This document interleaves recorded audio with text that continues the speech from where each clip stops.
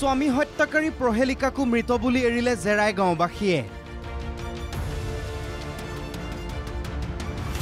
চেণ্ডেলৰ মালা পিন্ধাই ওলমাই দিয়া হল প্ৰহেলিকাৰ ফটো জেৰাই গাঁৱলৈ আৰু উভতি আহিব নোৱাৰিব প্ৰহেলিকা জীৱিত প্ৰহেলিকাৰ জেৰাই গাঁৱত তিলনি জেৰাই গাঁৱৰ প্ৰহেলিকা বৰুৱাৰ নৃশংস কাণ্ডক লৈ লজ্জিত নাৰী সমাজ পৰকীয়া প্ৰেমিকৰে মিলি মাধুৰ্য বৰুৱা নামৰ অতি অমায়িক কৰ্মদক্ষ জলসম্পদৰ কৰ্মচাৰীক তাবেৰে ধুমুচেৰে মৰিয়াই হত্যা কৰিছিল প্ৰহেলিকা বৰুৱা নামৰ পত্নীয়ে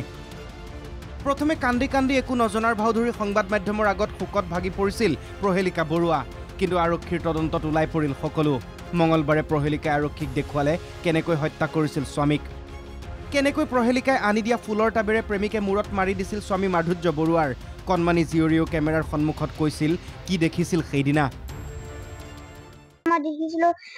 মায়ে তাতটো মা কি কয় আখাপিয়া ভাইকে কি কয় এনে হাতখন পাপাক ধৰি দিছিলে আখাপিয়া ভাইকে ক'লে টাইপটো আনা বুলি ফুলৰ টাবটো মানে আনা বুলি কৈছিলে যে তেতিয়া মায়ে কি কয় ফুলৰ টাবটো আনিলে তাৰপিছত কি কয় মাথাত মাৰি দিলে পাপা মাথা দাঁতৰে মাৰিছিলে দাঁতৰে মাৰিছিলে এনেকে কি কয় পেটত আৰু ভৰিত আৰু হাতত লাষ্টত ধুমুচা মাৰিবলৈ লৈছিলে ন মায়ে এনেকে ধৰি আছিলে তাৰপিছত পাপাই কৈছিলে মই মৰি যাম বুলি কৈছিলে ন এই ডাইনীজনী মাজনী সেই ডাইনীজনী কি কৈছিলে তো মৰি যা বুলি কৈছিলে সেইকাৰণে মই ডাইনীজনী ভাল নাপাওঁ 100 দিম বুলি ভাবিছিলো কিন্তু পুলিচে লৈ গ'ল আৰক্ষীয়ে প্ৰহেলিকা আৰু আন দুই যুৱকক গ্ৰেপ্তাৰ কৰি চলাইছে মাৰাথন জেৰা যেতিয়াই থানাৰ পৰা প্ৰহেলিকাক নিয়া হৈছে যেতিয়াই থানালৈ প্ৰহেলিকাক অনা হৈছে জাঙুৰ খাই উঠিছে স্থানীয় লোক চোকা ভাষাৰে নিন্দা কৰিছে প্ৰহেলিকা বৰুৱাক কন্যা সন্তান থকাৰ পাছতো পৰকীয়া প্ৰেমিকৰ বাবে স্বামীক হত্যা সভ্য সমাজৰ বাবে লজ্জাজনক এই ঘটনা নাৰী হিচাপে আমি লজ্জিত হৈছো বহুতেই লজ্জিত হৈছো মানে যেহেতু হিৰত সেন্দুৰ দলে সেইজন ভগৱান তুল্য হয় তেওঁকে আমি ভগৱান আমি প্ৰত্যেকগৰাকী নাৰীয়ে মানো নিজৰ স্বামীজনক কিন্তু সেনেকুৱা এজন স্বামীক যে এনেধৰণে মানে নিৰ্যাতন কৰি তেওঁ যে মাৰিলে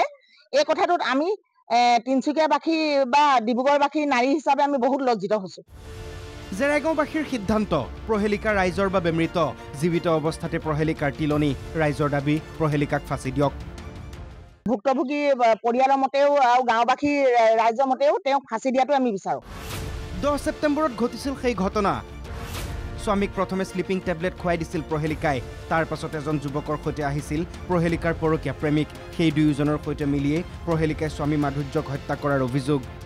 ক্ষুব্ধ ৰাইজে সেয়ে তিলনি পাতি চিৰদিনৰ বাবে অন্তৰৰ পৰা বিদায় দিলে প্ৰহেলিকাক ফাঁচিৰ দাবী উঠিছে সৰ্বত্ৰ ফটোত চেণ্ডেলৰ মালা লাহোৱালৰ পৰা দিবাকৰ দত্ত NKTV+